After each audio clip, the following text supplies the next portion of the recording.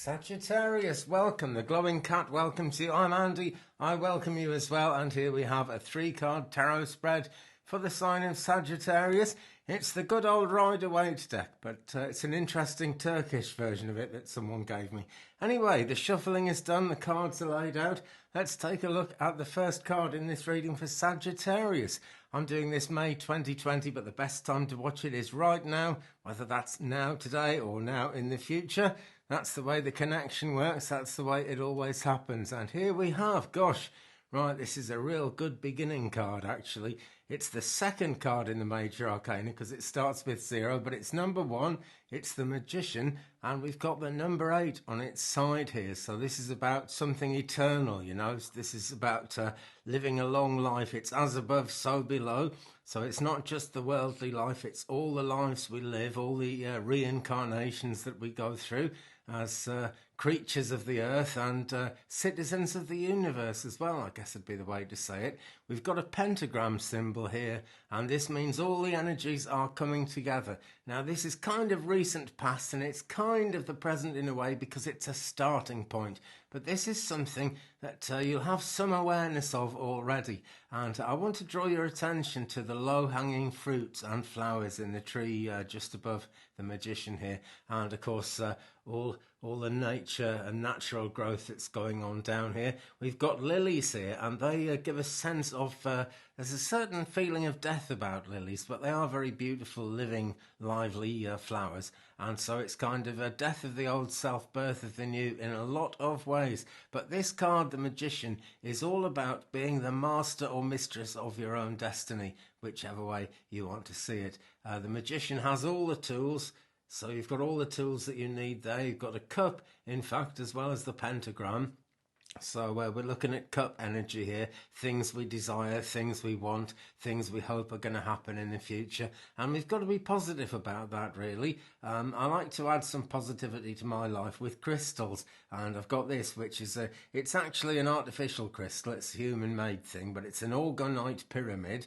And it's got lots of wonderful energy about it, really brings a lot of cheer. And I'm not saying you've got to get one of these, but do something to sort of add cheer to your life with your crystals or anything you might have. If you haven't got any crystals, maybe that's okay because we live on a giant crystal. So the earth is actually constantly sending us crystal healing energy from resources deep within ourselves, which may actually never be discovered by people. They're very magical crystals in the earth. But if you do have some crystals, now's the time to get them out and cleanse them, because this, as well as being in charge of your own destiny, it's all about the magic tools, the things that we need to use. The Magician's got his wand in his hand there, and you don't see wands like this. I make wands, actually, and if you'd like one, hit me up at the email address below. I make wooden crystal wands, and the first lot I ever made had a pointed crystal at each end,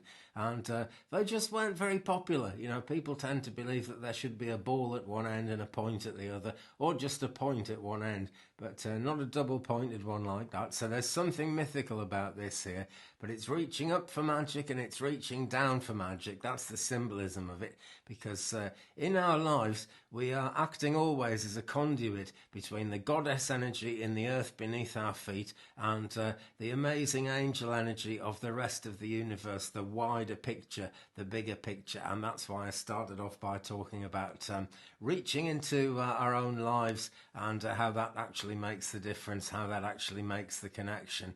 But the Magician seems kind of fairly content in this picture. It's a nice picture, and he's surrounded by a gold aura, a golden atmosphere. So good things are most certainly happening, one way or the other. And the thing is, can you actually see and feel those good things, Sagittarius? It is a very difficult time in the world. I don't think the world has ever actually been like this, ever, in not just human history, but ever at all. You know, we have wars and lockdowns and things, but now it's kind of a worldwide thing. It seems to be going on all over the world, and it does tend to make us think we're not going anywhere, nothing's actually going to happen. But there is a future out there, and the future is coming, and one day we will wake up, and it might be many years yet, but one day we will wake up and all this will be over. So we're all still on that journey. And Sagittarius, this says you've got the tools you need for the journey. We've got the as above, so below, and the eternity of the figure of 8 there, and you've got all the tools you need. No question about that. So a positive start then. Let's come to card number 2. Excuse me, I've been making bread and I've got flour all over my hands. It's better than I did some gardening before I did a reading a couple of days ago. My hands are all covered in soil. So there we go. Moving on, let's see what is the middle card in this reading for the sign of Sagittarius. Many interesting wonders and many things that are difficult to understand. It's the 7 of Cups. So we're relating to this cup here in the Magician card, and that is kind of part of the energy of the moment. But this is the heart of the matter. This is what's going on, and this is where we've got to move forward from.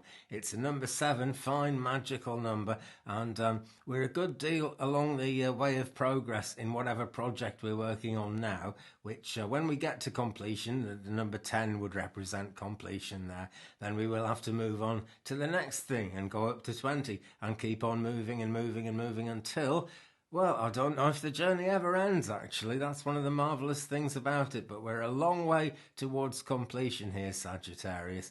And these images, they're very kind of wild, they're very kind of wacky, and we could try and interpret all these different images, but there are so many of them. It's very difficult to do that. And the meaning of this card really is that we are shown lots of things. It's the cups, so it's longings, it's desires, it's what we want. And we're looking at all kinds of different possibilities here. So many different kinds of possibilities that it becomes rather confusing to really, to say the least, actually. We've got the serpent, we've got a rather ghostly figure here. That could be you, actually, emerging from your current situation, moving forward on the journey and not knowing quite where you're going. We've got the castle, we've got the jewels, the laurel wreath, and this kind of serpentine dragon creature here. So many things, it's really, really hard to see which way to go, or even perhaps it's difficult to still be aware that we're on a journey with this one, Sagittarius. But that is the challenge of the spiritual life, So often we have to go forward in ways that we don't actually understand ourselves, and we have to kind of trust in the universe, just in our own higher selves in so many ways, and everything we believe about spirituality is there to be trusted, and everything mystical like that is a mystery. That is why it's called mystical. So there's not really a problem with the whole idea of mysticism there, but it's a real situation, this. It's just I wouldn't say it's a false thing that we're looking at, a false outlook, but it's an outlook that isn't going to bring us any immediate answers. So what do? Well, we will find out, Sagittarius, in card number 3. All of this is coming out of the clouds. What is the reality going to be, I wonder?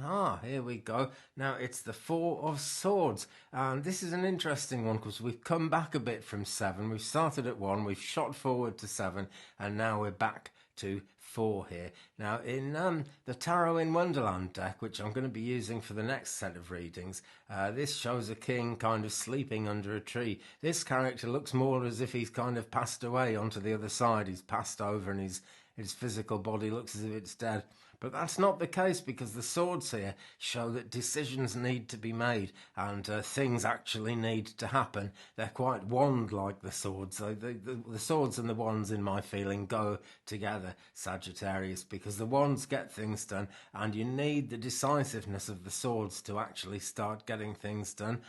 But the main image of this card is someone taking a rest, and this says, okay, no need to rush forward at the moment, particularly in this reading, because there is such a big confusing mass of possibilities, a mass of different projects that we could look at, different journeys we could take, different directions we could go in. It's all very confusing, so what we need to do is take a rest, take a sleep, whether that involves sleeping more or not. And because there's sleep indicated here, I'm going to say listen to your dreams, Sagittarius. That is certainly, when I take this card in the context of the other two, you need to be listening to your dreams. And I'm a Sagittarius, so I need to be doing that as well. And as I do this reading, we have just had a full moon. So if you're watching this in the first couple of days, that full moon it's on the wane now, but it's still an influence. So the dreams might have been crazy in recent times. They might still be a bit crazy. But listen to those dreams. The harder they are to fathom, the harder they are to work out, the more they're telling you. Keep a pen and paper by the bed and write down those dreams. But take that rest, and it's okay, because these decisions need to be made. But maybe this is one of the decisions already made, because it's kind of laid to rest, is it not? But these three certainly need to be decided on, and no doubt acted on as you go forward on your journey. But they will still be there. They're safely hanging up on the wall, Sagittarius. So these swords, these decisions, these things that need to be taken into account and contemplated will still be there after you've had your rest. We've got a real nice stained glass window here, showing that this is quite a pleasant environment, quite a pleasant place to be. And although there's a certain amount of physical death involved in this card, it really is only about sleeping. And this sort of really breathes a lot of happiness into the scene. It's the most colourful part of the card. And it says that, you're not in a bad place, and there isn't actually anything wrong with taking a rest. Not at all. Even if it's a long rest, rest is all part of getting things done, as are the decisions, actually. If you think of the Taurus energy, and the energy, the astrological energy of Mars as well, you can either kind of get a lot of work done, or you can take a complete rest. The choice is kind of yours, and that's what this card is all about. There are choices here. Only you will know when it's time to wake up, and you'll feel right when you've had that long kind of cosmic sleep and you start really feeling like you know where you're at. But the answers will come, okay, and it will be possible to make the decisions at a later date, and that is no bad thing, because look at all the confusion here. But coming back to number one, you are the magician, Sagittarius. That is what this card is telling us all.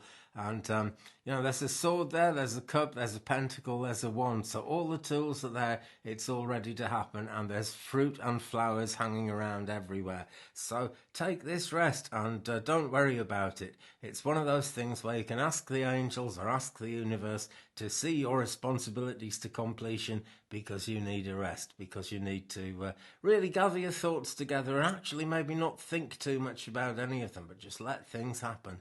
Let it be. That's the message of this reading, no doubt. Well, I'm going to wrap it up there, Sagittarius. Thank you very much for watching. My email is down below. It's 35and83@gmail.com. That is 35and83@gmail.com. Do get in touch if you'd like a private reading. I do psychic readings, crystal ball, the cards, oracle cards, angel cards, whatever you like. I've been a psychic for a long time, and it's my pleasure to do it the way you want it done. So contact me, 35and83@gmail.com, and thumbs up please if you've enjoyed this one.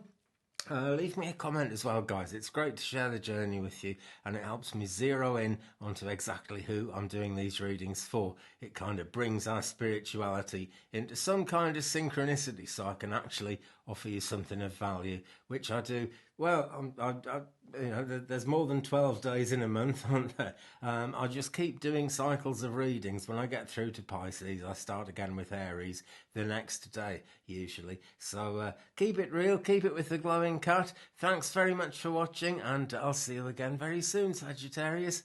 Peace to you.